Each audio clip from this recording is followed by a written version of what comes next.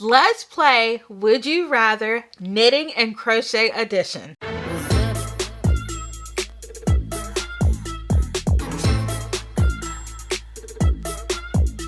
Hello everyone, Rochelle here, and I'm back to share some yarn goodness with y'all today. Alright, so we've got some fun Would You Rather questions. Play along if you want to, and definitely leave me some comments to let me know how you feel about these questions. Alright, so let's get started. Our first Would You Rather question is, would you rather be able to knit or crochet super fast or never make a knit or crochet mistake again? Alright, so I would rather never make a mistake in my knitting and crochet again. I am really not trying to knit or crochet any faster because knitting and crocheting is a slow craft, and I appreciate that. So speed isn't something that's a top priority for me, unless I have like a deadline or something, but I usually don't have those. So knitting or crochet faster isn't really a top priority. So yeah, I would definitely rather never make a mistake again. Of course, I'm human. I know it's going to happen, but if I could choose one, it would definitely be to never make a mistake in my knitting and crochet projects ever again. All right, next question. Would you rather untangle giant yarn barf or weave in 200 ends? Okay. This one is a hard one because I don't want to do either one of them. I guess I'm going to go with I would rather weave in 200 ends.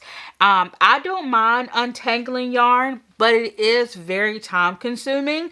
And also untangling yarn barf would probably delay me from starting my project, especially if it's a giant one. At least with 200 ends, I would probably already have started weaving in the ends, especially if I knew I'm going to have that many ends. And also, if I have 200 ends to weave in, I can just put on a TV show, a movie, and just work on those ends. I'll have them done in no time. But yeah, I want to avoid yarn barf as much as possible. Can you imagine untangling a giant yarn barf? That would be crazy. I typically am pretty good with untangling yarn, but if I had to choose one, I would rather weave in 200 ends. All right, so our next question is, would you rather accidentally split your yarn with every stitch or drop stitches constantly? Okay, so splitting yarn is so annoying, but I feel that drop stitches are worse. With drop stitches, you have to frog back in order to fix it. You have to frog back and pick up stitches, and that can be very tricky, especially with knitting. You have to frog back. And so I am currently crocheting a project, and it uses splitting yarn, and it is pretty annoying because all of the strands don't get carried over to the next stitch. But I'm also working on a knitting project right now where I drop stitches. And I had dropped stitches probably like 10 rows back, and they were kind of tricky to pick up because they were slip stitches. They were right on the edge. I was knitting flat. They were slip stitches. So that was definitely tricky. But if I had to choose one, I'm gonna say I would rather work with the splitting yarn. Yeah, that one's a tough one. And if you don't already know, I both knit and crochet, so I can kind of talk on both of those crafts. Our next question is, would you rather always get yarn knots or always get yarn barf? So we have another yarn barf question. Both are evil, but in this scenario, between yarn knots, also known as factory knots, and yarn barf, I would rather have the yarn barf because at least with the yarn barf, you can untangle it and keep on knitting, keep on crocheting. But with yarn knots, a lot of times you have to stop what you're doing and cut each of those knots out. And sometimes yarn knots can disrupt the flow of the yarn, especially if you're doing like color work or you're doing a project that changes a lot of colors. The knots can really mess with that. So in this scenario, I would rather have yarn barf. Always. Oh, always is a long time. But between the two, I would rather have the yarn barf. All right. So our next question is, would you rather have unlimited time to craft or unlimited money for yarn? So this one I really had to think about. It was interesting because I could have all the time in the world, but no money to buy yarn. Or I could have all the money in the world and no time to knit or crochet. Oh my gosh, I don't know how to choose which is worse. But yeah, so I really had to think about this one. Also, if I had a lot of money to buy whatever yarn that I wanted, what's the point of having all this yarn if you don't have the time to knit or crochet? You just come home and you just have all this yarn lying around and you don't even have the time to use it. So for me, I'm going to have to pick the unlimited time. Even if, let's just say I had unlimited time, but I didn't have the money, there are ways to get yarn at low cost options. There's also ways to get yarn for free. So if you really look into that, you can find ways. And so I think for me, I would rather have the unlimited time. Time is definitely something you can't buy. And, I would rather have the time. So it'd be nice. It'd be nice to have unlimited money to just buy yarn all day. That would just be so awesome. But yeah, I have to go with the unlimited time. All right, so this next one is fun. Would you rather step on a crochet hook or sit on a knitting needle? Wow. Just thinking about those sounds really, really painful. But stepping on a crochet hook, it would hurt. But sitting on a knitting needle, that could land you in the hospital. Yeah, I think so. So I'm going to go with I would rather step on a crochet hook. I have known people to get injured with knitting needles. A lot of knitting needles are very, very sharp. I have known people to cut themselves with knitting needles. So you have to really be careful. Crochet hooks kind of have like a blunt end to it. So in my opinion, crochet hooks aren't as dangerous as knitting needles, but let me know what you think. But I would rather step on a crochet hook.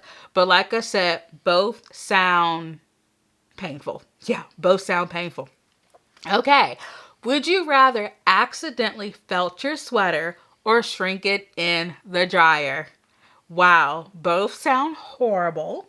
I would rather shrink it in the dryer because if I felt it, there's no coming back. So when I was thinking about this, I was like, okay, if I shrink my sweater in the dryer, at least I could most likely wet block it, pin it, depending on the fiber choice, of course, but I could wet block it, pin it, and stretch it back out. And most likely I would be able to wear it again. And if it's still too small, I could give it to someone else who's smaller than me. But if I felt a sweater, I don't really know how much more you can stretch something that's been felted. Yeah, let me know which one you would choose, but I'm gonna have to go. I'd rather have it shrink in the dryer. I feel like I have more of a fighting chance to be able to wear the garment again, so I'm gonna go with that one. All right, this next one is really funny. Would you rather explain your hobby every day or hear you should sell that forever? All right. This one is an easy one for me. I would rather explain my craft. I have no problem talking to people about crochet, talking to people about knitting. In fact, depending on who you're talking to, it can be a very fun conversation. Like, I have no problem with that at all. I think the whole you can sell that, I don't feel like people are trying to be annoying or trying to be malicious when they tell you that. But sometimes people just look at our crafts and they see dollar signs, and that's all it is to them. All they see is the money that you can make from it. But here's the thing. It's okay to keep your crafting as a hobby. You don't have to make a business out of everything. It's okay. You don't have to sell everything. If you want to, that's great, but you don't have to. And yeah, for some people, I think they look at, I don't know, maybe Etsy and other places, and they're like, oh, you could sell that. But sometimes you just want to keep something to yourself, or maybe you want to just make gifts for people and just give them away. You may not necessarily have any interest in making any money from your craft. So that one's definitely one that I have heard quite a bit. And like I said, I don't think they're trying to be malicious. In fact, they may just be looking out for you. Perhaps like, okay, here's another stream of income. But a lot of times they don't understand that sometimes our hobbies is something that we just want to keep to ourselves. All right. The next question is, would you rather lose that yarn chicken on every project or always buy one skein too many? Well, I actually don't like either one of these. Of course, I never want to lose a yarn chicken. And I think it's important to always overbuy than underbuy. A lot of times, if you buy yarn for a sweater or for a project and you run out of yarn, if you go back and try to buy it again, that dollar may not be there, and then you've got a whole issue with that. So I definitely understand buying more than you need to, so you don't want to lose that yarn chicken. However, I am also the type that I don't like having those annoying leftover skeins, because it's like, what am I going to do with that? A lot of times when I buy yarn, sometimes I'll buy it in 50-gram balls. And so let's just say I buy 10. Well, I might only use 9 for the project. So then I'm left with this 150-gram skein of yarn. Like, what am I going to do with that? I have no idea what I'm going to do with that. So that can be a little off sometimes. But if I have to choose between the two, I would rather, I would rather have more yarn than I need to. Always buy an extra skein. I don't want to have to deal with yarn chicken. I would rather just have the extra skein of yarn, and I'll figure out something. I'll figure out something to do with it. But yeah, I would rather overbuy than underbuy. All right, the next one. This one makes me laugh. Would you rather craft with squeaky acrylic or shedding chenille yarn forever? Oh my gosh, shedding yarn in general is just the worst. Give me the squeaky acrylic. It's okay. I can deal with the squeaky acrylic. I can't deal with yarn shedding. I have used yarn, and that it's not necessarily chenille yarn, but I have used yarn where it has shed all over me and I can't handle it. I would rather just, if the squeaking of the acrylic is bothering me, I can just put on some headphones or something like that.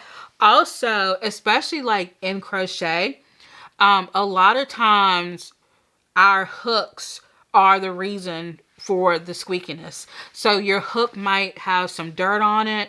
Also, your hook might need to be cleaned. A lot of times, we have natural oils that may be on the hook. Just things might get on our hook, and that can also cause some squeakiness. So sometimes just simply wiping off your hook can help a lot.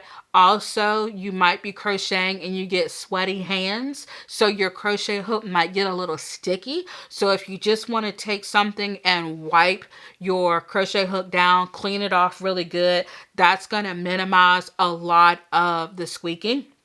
But of course, sometimes when you have synthetic yarn and the tension from the synthetic yarn up against a smooth crochet hook, sometimes that can cause some tension and it can cause your yarn to squeak. So you just have to diagnose which one it is. But I would rather deal with the squeaky yarn. Usually when I'm dealing with squeaky yarn, I can oftentimes just clean off my crochet hook, and that fixes the problem most of the time. I don't really have any issues after that. But yeah, I would much rather do that. So I would love to know what you all think, because neither one of them is pleasant, right? Neither one of them is pleasant. Okay, the next question is, would you rather lose your favorite hook or your favorite knitting needles? All right, so I definitely have an opinion about this one as someone who does both crafts. I would rather lose my crochet hook because it's going to cost less to replace. I did a little bit of research, and the crochet hooks that I use are Clover Amour. According to the Clover website, it would cost me $10.75 to replace a crochet hook. However, according to Amazon, it would cost me $15.99 to replace one of my interchangeable Chiagu knitting needles. So in that respect, I would rather lose my crochet hook. Both are awful. I don't want to lose any of them. I love my Clover crochet hooks. I love my Chiagu knitting needles. I have an interchangeable set. But when it comes to cost, it tends to cost more to replace knitting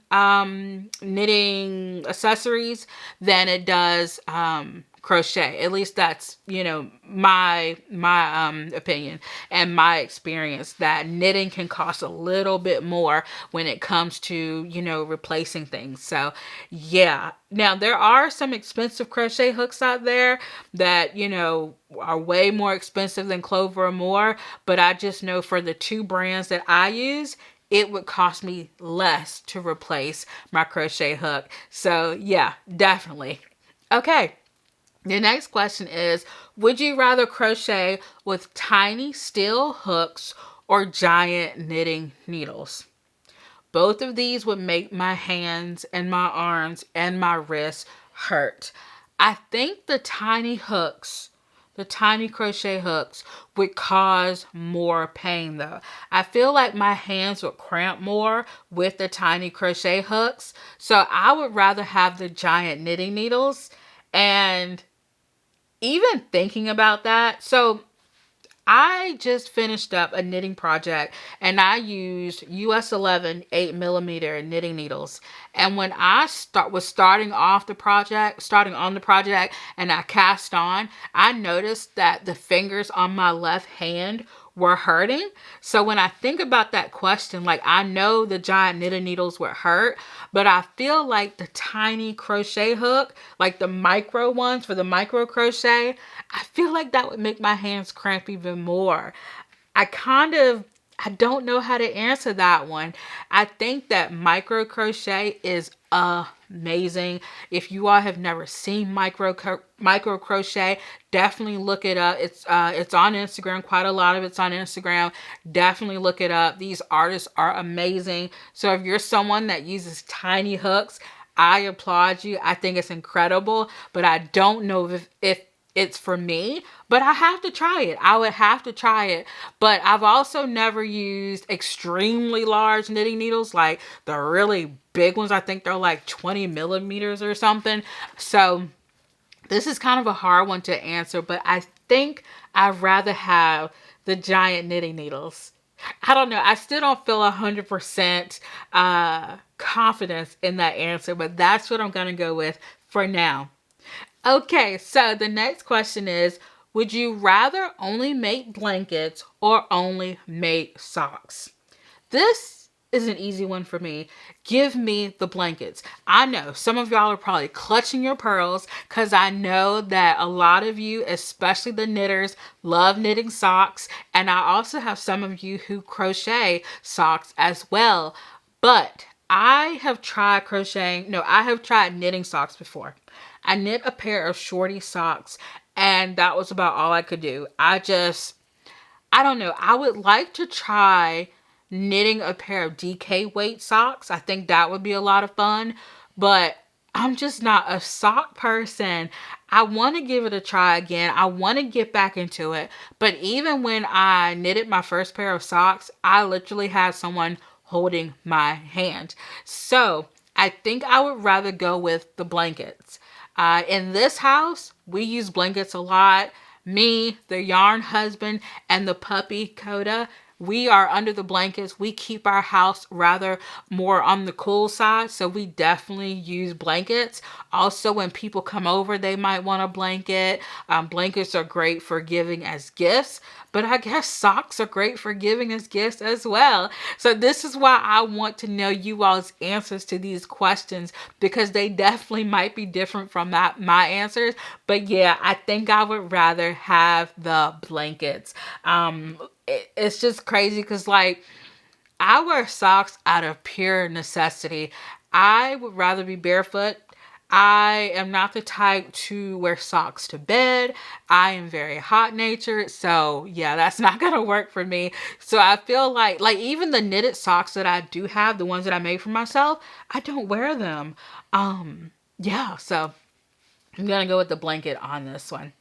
All right, next question. Would you rather only crochet amigurumi or only crochet garments? All right, I would definitely rather only crochet garments. I have tried amigurumi. Let me show you all what I've done. This is my first amigurumi project, and I have lots of room for improvement.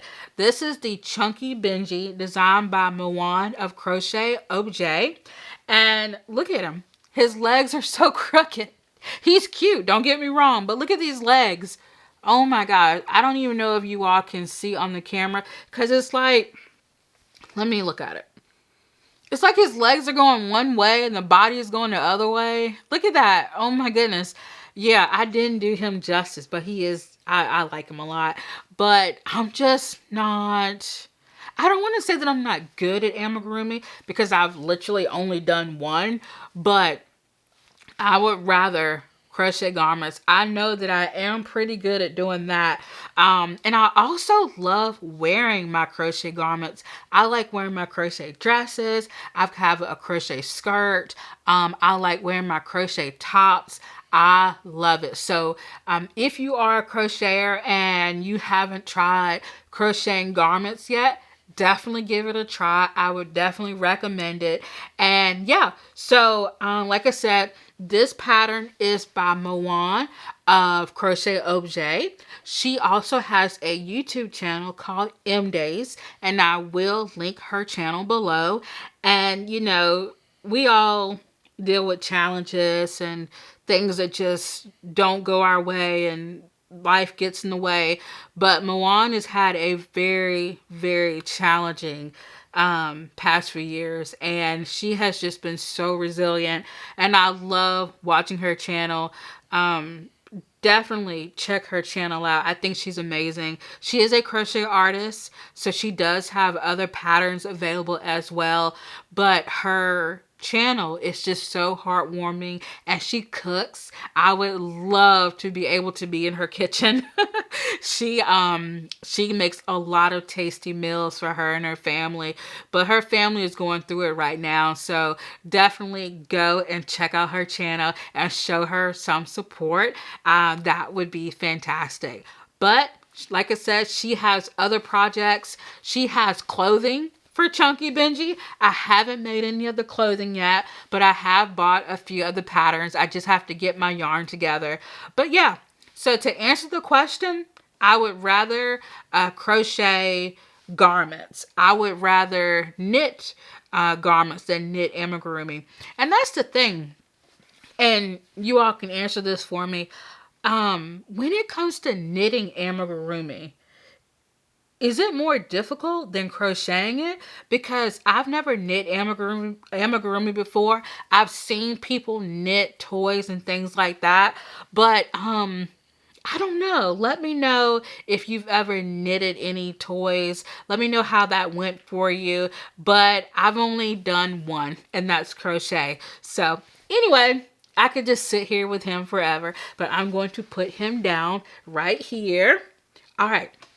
So, yeah, that was the last question that I had on that page. And I definitely had a lot of fun writing these out, looking up questions and things like that, and doing research. You all know that I love doing research for my videos, especially if you've been here for a while.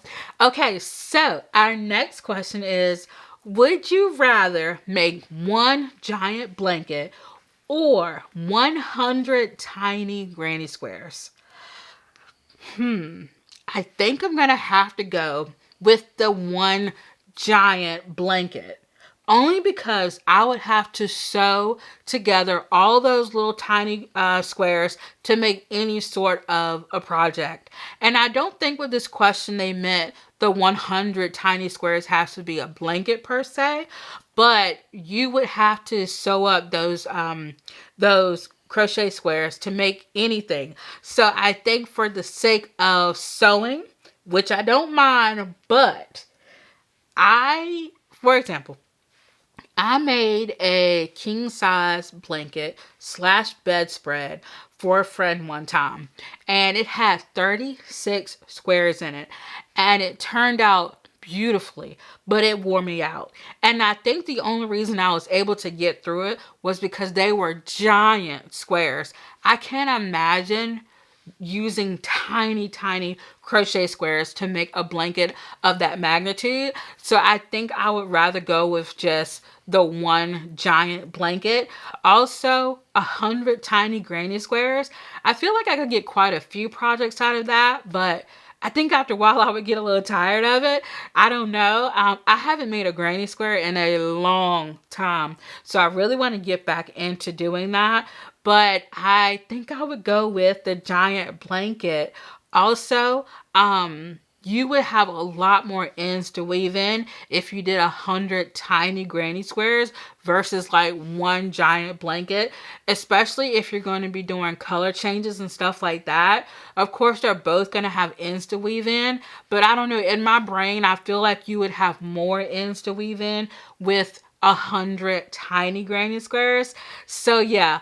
Let me know in the comments below how you feel about these questions. How would you answer these questions? Let me know in the comment section below. I would love to know your answers. All right, I did want to share what I am wearing. I am wearing the Venice Beach Bandana designed by Lucky Penny Craft Co. So this may look familiar. I did make it in my crocheting and knitting everything purple video. I love it. This is crocheted and I made it with cotton yarn, but I am going to leave my Ravelry page on it. And in that Ravelry page, it has the video link. But yeah, I love this. I think it's so pretty. And then I tied it in a bow. And then it also has like these little ties that come down. And so I am definitely going to be making this bandana again. All right, and another thing that I wanted to share with you all is that all yarn in my shop at QueensYarnBoutique.com is 50% off. So go check it out. There's no coupon code that you need. Everything is already marked down. But once again, my shop is QueensYarnBoutique.com. And I'll leave it linked down as well. Probably it's like a pinned comment. But all of the yarn in my shop, all the hand-dyed yarn, is 50% off. So definitely go check it out. All right, so let me know what y'all worked on while watching, or did you just chill? I would love to know. Feel free to click that like button, that notification bell, and that subscribe button. I would really appreciate it. Thank you all so much for being here. Thank you all so much for watching. And until next time, bye.